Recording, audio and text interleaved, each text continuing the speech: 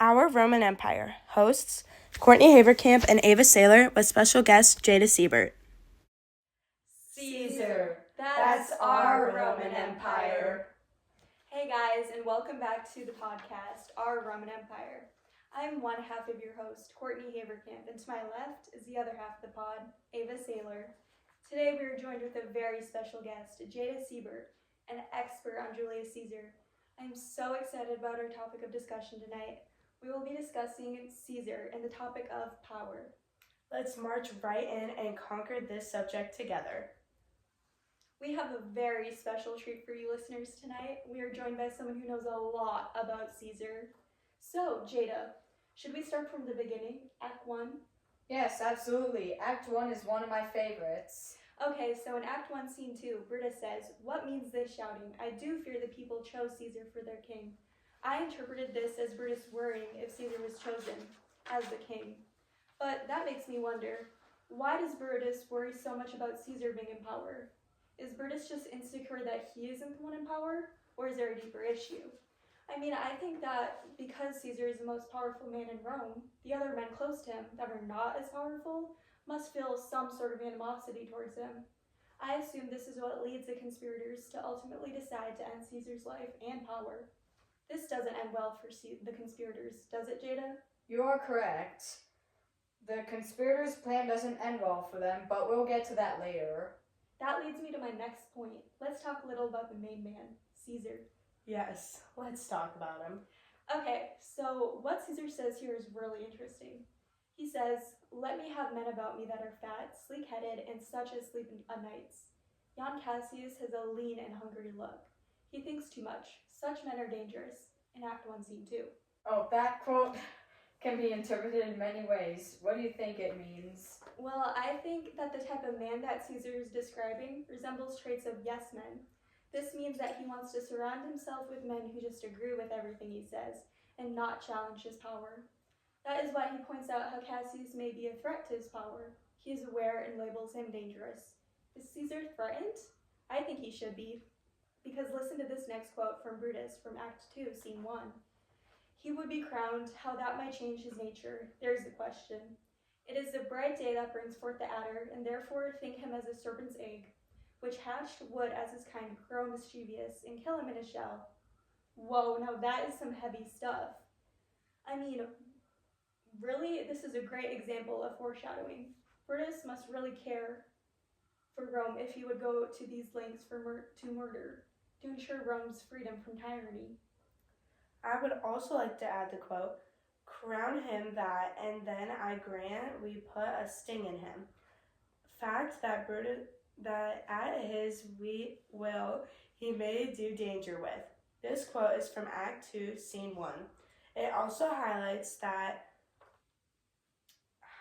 the fact that Brutus believed that Caesar was an overall threat and danger to Rome. Brutus exclaims that Caesar and all of his hazardous power needed to be stopped before it was too late. Brutus starts to sound as if he would do anything to get rid of Caesar and his power. Yes, and I agree with both of your statements on Brutus caring for Rome. It also seems like Brutus would be a better leader than Caesar because he actually cared for Rome and wanted to maintain tranquility throughout the Roman Empire. As you can see, Caesar was a man full of arrogance, and he didn't care for the people of Rome at all. He was self-centered and thought that he didn't have to worry about anything. This brings me to my first quote. "I could be well moved if I were as you. If I could pray to move, prayers would move me. But I am constant as the northern star, of whose true fixed and resting quality there is no fellow in firmament." This quote was said in Act 3, Scene 1 by Caesar, who thought he was the best leader the world has ever known. This was a perfect example of his arrogance because he thought that since he is Caesar, he could rule the entire universe and not have to worry about a thing. I also agree with your statement that Caesar felt threatened by Cassius because he knew Cassius very well personally. He knew that Cassius was power hungry and that he would challenge him for his power. As a result, Cassius and Brutus formed a conspiracy, and together they made a plan to get rid of Caesar. Now that Caesar was murdered, Brutus formulated a manipulative speech to persuade the people who were in chaos after Caesar's death that he killed his best friend for the good of Rome. He claimed that Caesar was eventually going to put Rome into slavery, so he decided that killing Caesar was the best decision. Brutus's actions of putting Rome first before himself is a good example of power, because all leaders are expected to have the quality of loyalty and honor while leading a society. Honor and loyalty is all the power people need to run a peaceful society. That's a very good claim, Jada.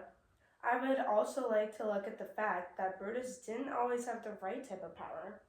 This quote is it expected I should know no secrets that pertain to you, and I yourself, but as it were in sort of limitation? Act 2, Scene 1 from Portia. This shows how Brutus had power over all the people in Rome. This quote looks into how Brutus treated his own wife. He acted as if he had all the power in this marriage. This does show power, however, in this type of relationship, he is overly powerful and is not separating Portia from the other Romans. Jada, do you think this really has an effect on if Brutus used his power well or not? Does it really have a big impact in the end? Honestly, only in one way. It ends up becoming a problem when Portia unlives herself by swallowing hot coals.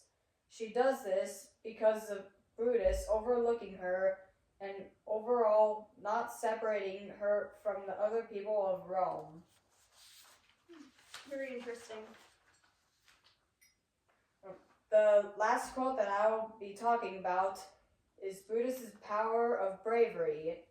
In Act 5, Scene 3, Brutus says, "Even by the rule of that philosophy by which I did blame Cato for the death, which he did give himself, I know not how, but I do find it cowardly and vile, for fear of what might fall, so to prevent the time of life, arming myself with patience to stay the providence of some high powers that govern us below." Brutus said this when the War of Philippi was going on. According to his beliefs, he thought that killing himself would be too cowardly, and he would rather see his fate than cut his life short because of what will happen in the future. This is the kind of power, honor, and loyalty that a leader should have. However, Caesar did not possess either of these qualities, therefore making him less powerful. Since Brutus had these qualities, that would make him the more powerful leader. Wow, my opinion on Caesar has been dramatically changed. Thank you, Jada, for joining us today. Yes, thank you so much for sharing your thoughts and insight with us on Caesar and how power is shown in it. Now that's our Roman Empire. Totus Roma imperii, sumis nostrum imperium,